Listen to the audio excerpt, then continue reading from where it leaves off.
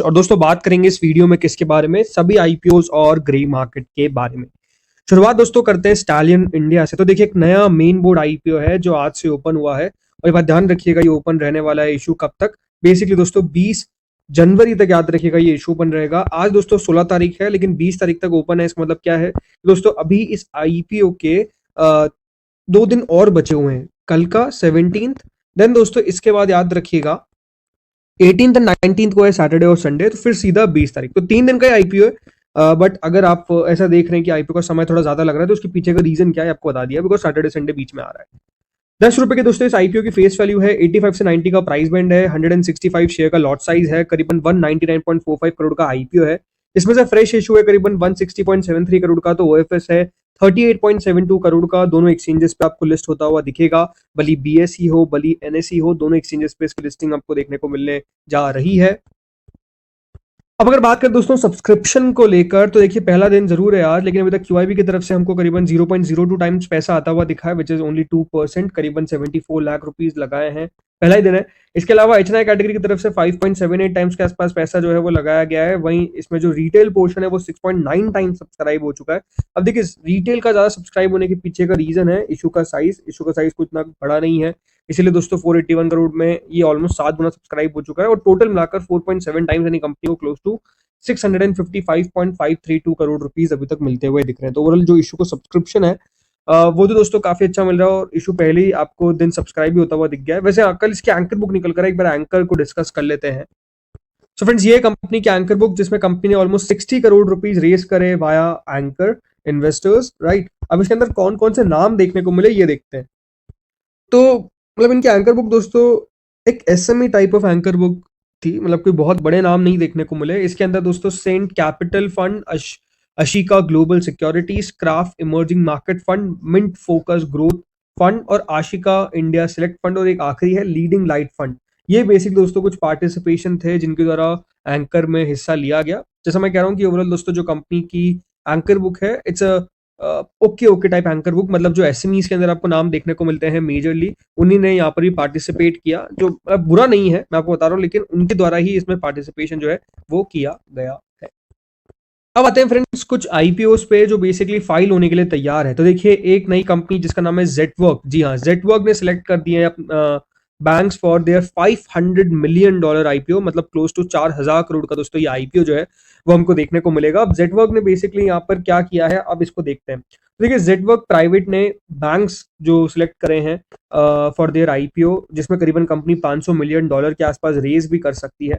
अब इसके अंदर दोस्तों जो बैंक्स के नाम आ रहे हैं उसमें एक्सिस कैपिटल, गोल्डमैन सैक्स, Jefferies, JM financial, JP Morgan और कोटक महिंद्रा जैसे नाम आपको देखने को मिलेंगे। कंपनी जो है वो करीबन $5 बिलियन के आसपास की वैल्यूएशन जो है वो बेसिकली मांग सकती है। अब देखते हैं यहाँ पर कितने वैल्यूएशन पे ये आईपीओ लेकर आते हैं। जेटवर्क जो है दोस्तों बैक्ड है by investors including Peak XV Partners, Lightspeed India Partners, ये कुछ कंपनी के इन्वेस्टर्स है, बड़े इन्वेस्टर्स है। जो कंपनी आईपीओ के जरिए पैसा जुटाती हुई नजर आएगी और बाकी की जो साइज है वो डेफिनेटली बाय द टाइम हमको देखने को मिलेगी, राइट।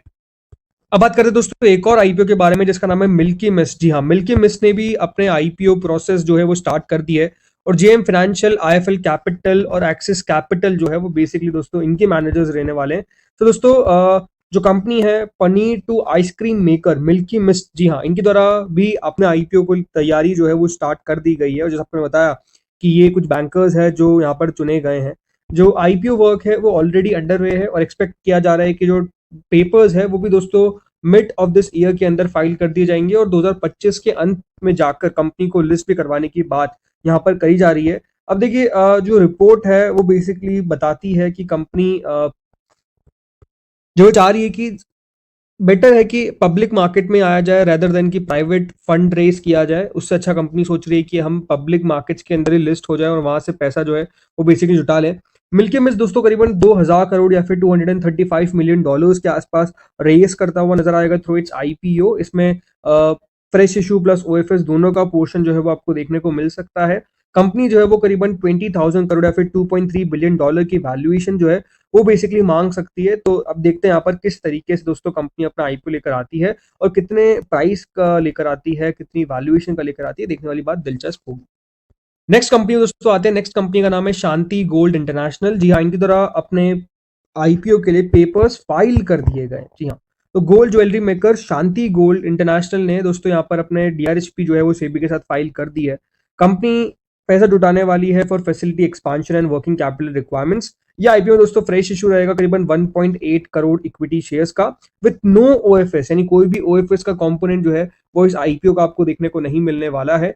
2003 में दोस्तों ये कंपनी की शुरुआत की गई थी और कंपनी याद रखिएगा लीडिंग मैन्युफैक्चरर है 20 carat CZ casting gold jewellery का in terms of install production capacity.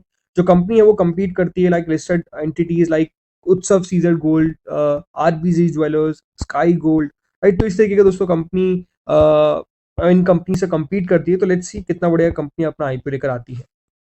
अगले दोस्तों आईपीओ की अगर हम बात करते हैं जिसका नाम है अर्बन कंपनी। तो देखिए अर्बन कंपनी का आपने नाम सुना ही होगा। तो जी हाँ, ये भी अपने आईपीओ को लेकर जो है वो बिल्कुल काम चालू कर दिया है और 3000 करोड़ का आईपीओ, ये बात ध्यान रखिएगा, ये लेकर आ सकते हैं ऐसा बताया जा रहा है। और कंपनी जो है वो पेपर्स फाइल कर सकती है बिफोर मार्च, राइट। मतलब इसी फाइनेंशियल ईयर के अंदर कंपनी पेपर्स भी फाइल करने वाली है। कंपनी ने कोटक महिंद्रा, गोल्डमैन सैक्स और मॉर्गन स्टैनली को मैनेज करने के लिए कहा है, यानी इन्होंने इनको बैंकर्स चुना है। कंपनी लास्ट वैल्यू की गई थी दोस्तों $2.1 बिलियन पे इन जून 2021। और अब यहाँ पर नए will issue new and existing shares in the IPO, ऐसा दोस्तों बताया जा रहा है। जून 2021 के अंदर जो कंपनी थी उसने करीबन $255 मिलियन के आसपास का फंड रेज किया था, जिसमें प्रोसेस ड्रैगनीर और वेलिंगटन मैनेजमेंट ने पैसा दिया था। तो अब देखते हैं यहाँ पर कंपनी किस वैल्यूएशन पे अपना आईपीओ लेकर आती है। एक इंटरेस्टिंग बात होगी देखने के लिए। अर्बन कंपनी दोस्तों क्लेम करती है कि वो ऑपरेट करते हैं विद 57,000 पार्टनर्स जो मैनेज करते हैं करीबन 23 मिलियन सर्विसेज। 23 मिलियन अभी तक दोस्तों जो मिलियन सर्विसेज जो है वो कंपनी ने डिलीवर भी कर रखी है, ऐसा कंपनी बताती है। जो प्लेटफॉर्म है वो बेसिकली दोस्तों गिग वर्कर्स को कनेक्ट करता है विद होम सर्विसेज। और कंपनी बताती है कि करीबन हमने 2.2 मिलियन एवरेज मंथली ऑर्डर्स है with an average order value of 1290। तो लेट्स सी यहाँ पर कितना बढ़िया आईपीओ आता है। अब चलिए दोस्तों बात करते हैं जीएमपी पे। तो देखिए जीएमपी में स्टैलिन इंडिया की जीएमपी करेंटली 53.33% के आसपास चल रही है। कोई बहुत यहाँ पर अगर आप देखेंगे तो ग्रे मार्केट में गिरावट नहीं आई है और साथ में तेजी हमको देखने को मिल रही है। तो ये अपने आप में एक अच्छी बात है, बट अगेन बहुत छोटा सा इसका आईपीओ है।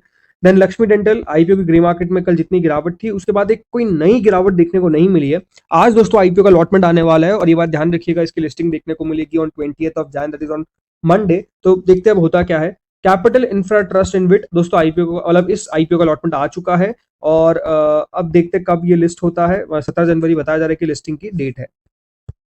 अब आते हैं दोस्तों एसएमईज पे। तो देखिए एसएमईज में कैपिटल नंबर्स इन्फोटेक एक बीएसई एसएमई इशू है जो ओपन होने वाला है 20 जनवरी से 22 जनवरी के बीच में। 263 का प्राइस बैंड है, 55 रुपीज का ग्रे मार्केट है जो ऑलमोस्ट 20.91% होता है। इशू का साइज दोस्तों काफी बड़ा है, 169.37 करोड़ का आईपीओ का साइज है। अगला दोस्तों आता है ईएमए पार्टनर्स, एक और एनएससी एसएमई इशू जो 124 के प्राइस के साथ आया है, कोई जीएमपी नहीं है, 76 करोड़ का इशू का साइज है। 17th ऑफ जैन से 21st ऑफ जैन के बीच में दोस्तों ये भी आपको ओपन होता हुआ दिखेगा। अगला आता है लैंड इमिग्रेशन, एक और एसएमई इशू जो बीएसई पे लिस्ट होता हुआ दिखेगा। आज ही से दोस्तों ये आईपीओ ओपन हुआ है, 20th ऑफ जैन तक ओपन रहेगा। 72 के प्राइस के सामने आप देख सकते हैं 17 रुपए का इसका करंट प्रीमियम है जो ऑलमोस्ट 23.61% होता है। बाकी इशू बढ़िया कर सकता है, इस प्रकार की एक्सपेक्टेशंस है। अगला दोस्तों इशू आता है रीखफ सिक्योरिटीज, एक और एसएमई इशू जो बीएसई पे आपको लिस्ट होता हुआ दिखेगा। आज इस आईपीओ का सेकंड डे है, 86 का प्राइस बैंड है जिसका हमें 70 रुपीज का प्रीमियम है जो ऑलमोस्ट 81.40% होता है। अभी तक दोस्तों इशू जो है वो 27 टाइम्स के आसपास सब्सक्राइब भी हो चुका है, तो इशू का अच्छा रिस्पॉन्स भी मिल रहा है। आखिरी दिन याद रखिएगा कल है इस आईपीओ का। अगला आता है दोस्तों काबरा ज्वेल्स, एक एनएसए एसएमई इशू जो भी ओपन हो चुका था और इस आईपीओ को भी आज दोस्तों सेकंड डे ही है। 40 करोड़ का इशू का साइज है, 128 का प्राइस बैंड है जिसके सामने करीबन 105 रुपए का प्रीमियम है जो 82.03% होता है। 32.87 टाइम दोस्तों ये इशू अभी तक हमको सब्सक्राइब भी होता हुआ दिख चुका है, तो अगेन इसको भी अच्छा सब्सक्रिप्शन मिलता हुआ नजर आ रहा है। अगला आता है दोस्तों आईपीओ बाफ्लेक्स पॉलीफिल्म्स। इस एसएमई आईपीओ का दोस्तों अलॉटमेंट आज के दिन आता हुआ दिखेगा और लिस्टिंग होती हुई नजर आएगी ऑन 20th ऑफ जैन। 25% का प्रीमियम है, अब देखते हैं कहां पर ये लिस्ट हो पाता है। अगला आता है सतकर्ता शॉपिंग, एक एनएससी एसएमई इशू जिसका अलॉटमेंट कल आया। अलॉटमेंट आने के बाद ग्रे मार्केट में गिरावट देखने को मिली, करेंटली 50% के आसपास है। देखते हैं कहां पर लिस्ट हो पाता है। कल के दिन लिस्टिंग है, तो जिनको मिला अलॉटमेंट सबसे तो कॉन्ग्रेचुलेशन। मेरे हिसाब से नेगेटिव लिस्टिंग नहीं होनी चाहिए, अच्छी लिस्टिंग होनी चाहिए अराउंड 50% से कुछ ऊपर। तो दोस्तों इस वीडियो में इतना ही था। होपफुली वीडियो बढ़िया लगा होगा, अगर लगा तो लाइक कर देना, चैनल से पहली बार जुड़े सब्सक्राइब कर देना। Thank you friends for watching this video.